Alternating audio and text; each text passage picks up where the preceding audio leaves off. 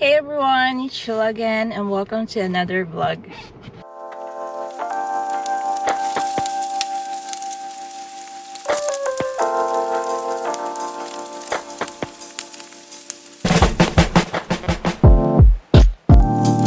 Alright.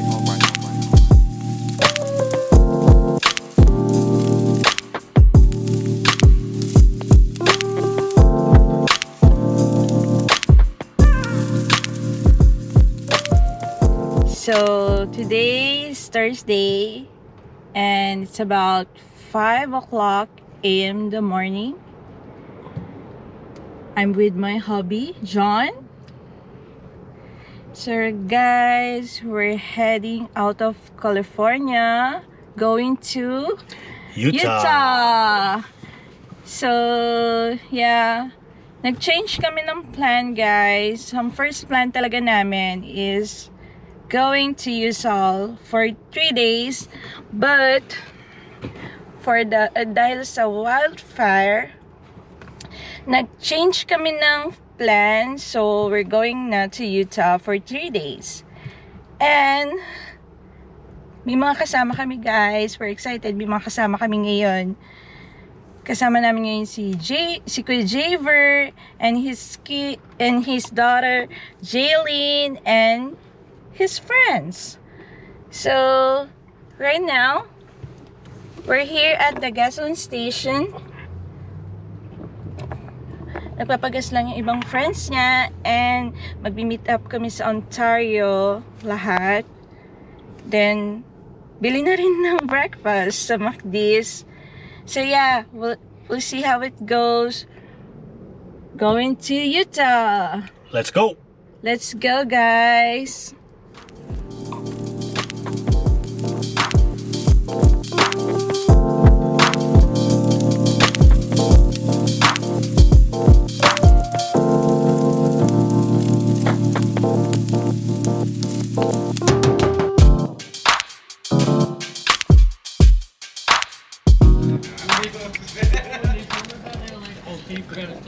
Hey everyone! Nandito na kami sa Ontario. Then, nagbili na rin kami sa McD's. So, quick breakfast lang kami saglit here. Then, wait namin yung ibang friends ni hubby. So, we're good. Update namin kayo sa road maya-maya. Kain! Let's eat. See ya! A few moments later.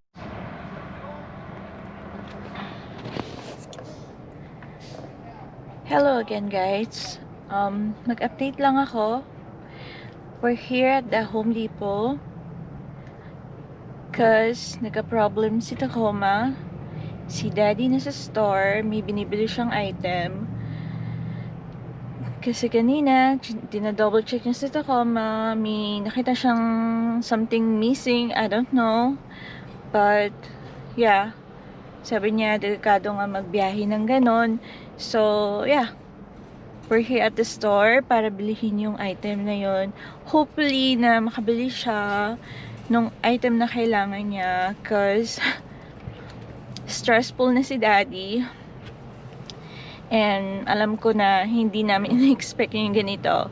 So, lesson learned. Double check yung sasakyan bago magbiyahe ng malayo. And, yeah.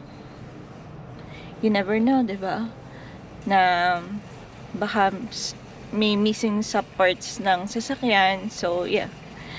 Safety first, guys. So, wait ko lang si hubby. Nasa store pa siya. Hindi na ako sumama.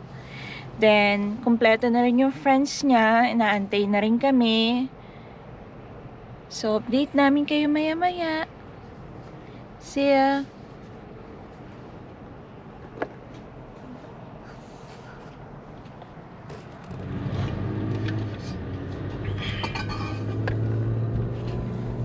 Hello guys! Mag-update lang kami. So, finally, okay na si Tacoma and nawala na ang stress ni Daddy. Thank you kay Kuya Javer. Dahil si Kuya Javer kita ng item na kailangan ni Daddy. So, yeah. We're good na. Kaso, yung mga friends niya, pinauna na lang sa Vegas. Yeah. Yeah. Papunta na sila sa Vegas, doon na lang mag-meet. So, kami ngayon, kasama si Kuya Javer, on the way na sa Vegas din. Then, sadly, wala si Jaylin. Sumama ang pakiramdam ng bata. So, inuwi na lang ni Kuya Javer kaysa mas lalong lumalapad yung pakiramdam niya sa biyahe. So, Yeah, that's okay out there. yeah. Alright, sorry for the delay. We had to fix the Tacoma first, so we drive safe. Yeah, lesson learned. Paulit-ulit. Oh no! Ako dyan. Check Tacoma. Last night ko pa sinasabi sa kanya yun. Kasi nga mahaba yung biyahe namin. So ako din nag-worried din ako. Kailangan din syempre safe kaming parehas. So yun, lesson learned lang. Double check palagi yung sasakyan bago umalis sa mahabang biyahe. So we're good naman. Okay lang yun, babe. Okay, I love you pa rin. Okay, guys. Samahan nyo ulit kami sa adventure namin. Update ko kayo maya-maya. See ya. See ya, Daddy. See ya.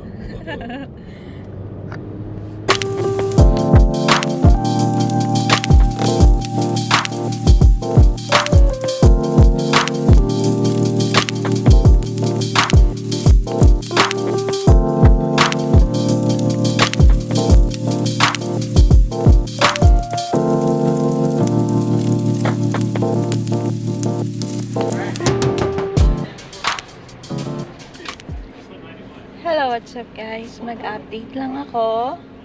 It's about 12 p.m. in the afternoon. So, we're here at the gasoline station, borderline ng Nevada. So, malapit na kami sa Las Vegas. And here's my daddy. How are you? Good. Anto ka na? A little bit tired, but had some energy drink. Good enough. Yeah. Sobrang tired na siya, guys. Dahil nga mga 7 hours ang driving papuntang Utah. Ang dami pa naming stopover. Lalo na yung nangyari kanina na medyo nagkaroon ng problem sa Tacoma. So, ilang hours din kami nagstay dun sa ano ba yun? I forgot. Saan ba yung first stop natin? What do you mean? Or ano? What? Yung first stop natin, Right here? doon. Yung nakita mo na na may problema si Tacoma. Saan yun? Ontario. Ontario. 30 minutes. Kanina pa ako nag-iisip. Sorry naman. Puyat lang. 2 oras lang ang tulog. So, yeah. So, yun. Natagal lang kami doon. But anyway, we're good na. Mag-quick lunch lang kami here. And on the way na sa Las Vegas. To Utah. Grabe, guys. Sobrang nakakapagod pero yeah, enjoy pa rin dahil marami kami kasama. So, update ko kayo ulit maya-maya. Samahan nyo kami ulit sa another adventure namin to Utah. See you, guys!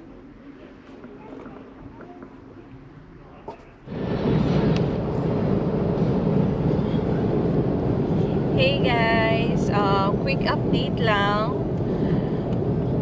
We're here, we're just passing by in Las Vegas. So, 2 hours more drive pa ang papunta dun sa Utah. So, yeah. Kamusta, baby? All good. little Are tired? you tired? A little bit. Yeah, It's okay. sobrang antok na siya. But nag-energy drink naman siya. So, nakatulong.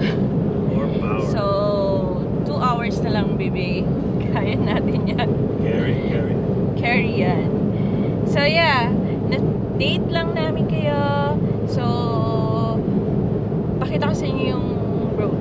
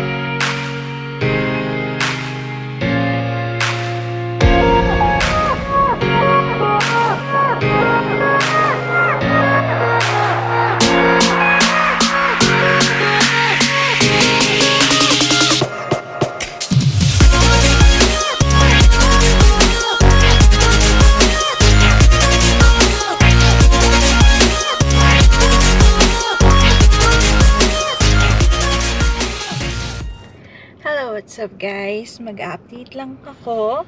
We're here na sa Toquerville Falls. Yung mga guys, nag-air down lang sila kasi we're gonna do a little bit off-roading and hanap na rin kami ng magandang spot for camping. So yeah, nasa labas si Daddy, nag-air down na rin siya.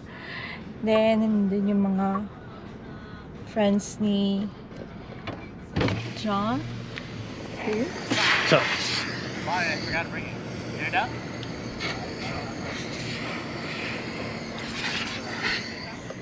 So, mga nag-air down na sila. Busy sila, guys. Kasi ready na sila mag-off-roading. So, yeah, update ko ulit kayo maya-maya and samahan nyo kami sa adventure namin here at Utah. See you guys!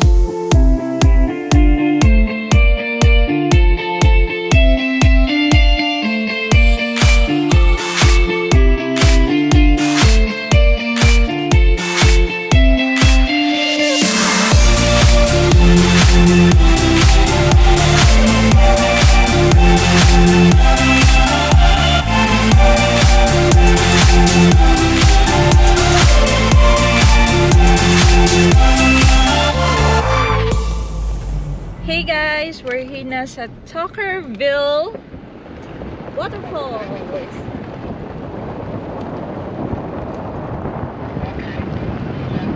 We're excited na guys. So, update namin kayo maya-maya. Let's go! what? Hey guys, mag-update lang ako. Ang dami nangyari today. Oh my God. Kwento ko sa inyo maya-maya. But for now, we're here na sa Toquerville. So, I'll show you the place. Look at that place! Oh my God! I love Utah!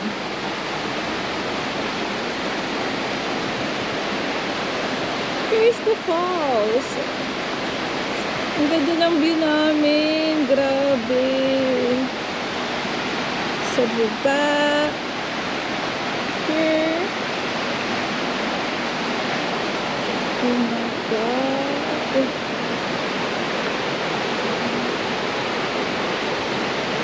It's nice. Oh my God. I'm so happy. Mas stressful today. But anyway, kung makita niyo talaga tong place na to, oh my God. I think nag-enjoy kami lahat dito. Sobra stressful talaga today, guys. I-chika ko yan maya sa inyo. But for now, Diyos ko, kakawala ng pagod, ng nervyos. Itong lugar na to, pag nakita niyo at the end, so worth it lahat. Here's my hobby. Sobrang stressful na yan. Hello, babe. Okay ka lang? Yeah, or me too. Okay, mag-prepare lang kami ng mga gamit namin kasi late na. Cheers, then. What's up, Sheila's vlog? Her hubby here. Giving you guys a quick update. We're here at Toquerville Falls. If you can hear it, but maybe you can't see it. Promise I'll show you tomorrow morning. And we got camp set up. The Queen eating. Here's the Tacoma, the Tapui, like always. The Javer, Gerber, Brucey, Javer's Jeep. Jason over here with his whole, he brought his whole kitchen, I think. He brought his whole kitchen. They're set up with the iCamper, I'm jealous. And two of the cutest babies. This one for sure. This one definitely.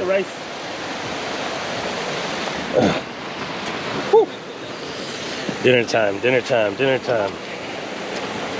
We got Gabi going, Gabi. Oh, look at that. Boom. So we're about to eat dinner. We'll let y'all go. I'll update y'all in a little bit.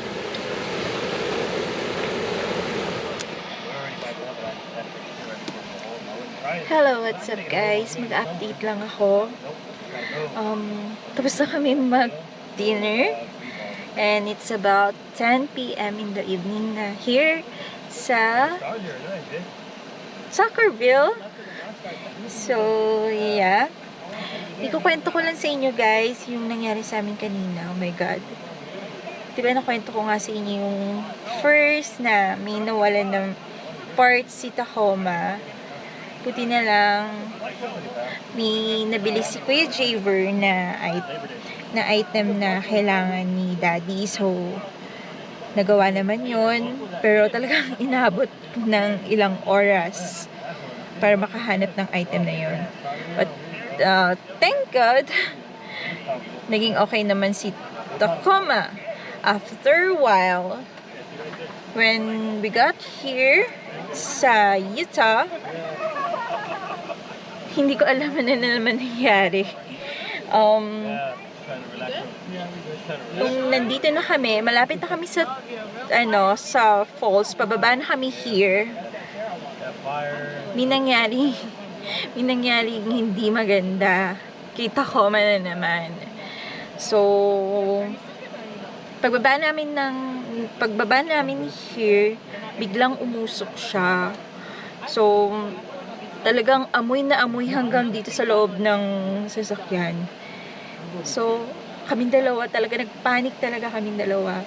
So, talagang na-stop na tong sasakyan, din takbo na kami ni Daddy palabas. So, we're so worried talaga kasi first time na mangyari yon, and hindi ko ini-expect na talagang na magkakaroon ng problem na naman si Tacoma. As in, ang laki ng usok niya sa harapan. So, sabi ni Daddy, sa wiring daw, sa mga LED, na I don't know. But, thank God, naagapan nila. Buti na lang, hindi kami nawawalan ng fire extinguisher. Guys, you must bring fire extinguisher kapag babiyahe kayo ng malayo. Kasi you never know na kung anong mangyayari, diba? At least, naka-ready kayo. And, mahirap. Mahirap. Yung nangyari sa amin talaga kanina, as in, nervous ako. Kaming dalawa talaga ni Hubby. Kahit si Hubby, natakot din siya. But anyway, we were good na. Inayos na nila. So, we're staying here for 2 days. Kasi nga, gusto mo nang ipahinga si Tacoma. Kahit mga 2 days. Then, transfer kami sa ibang place. Dapat 3 places yon.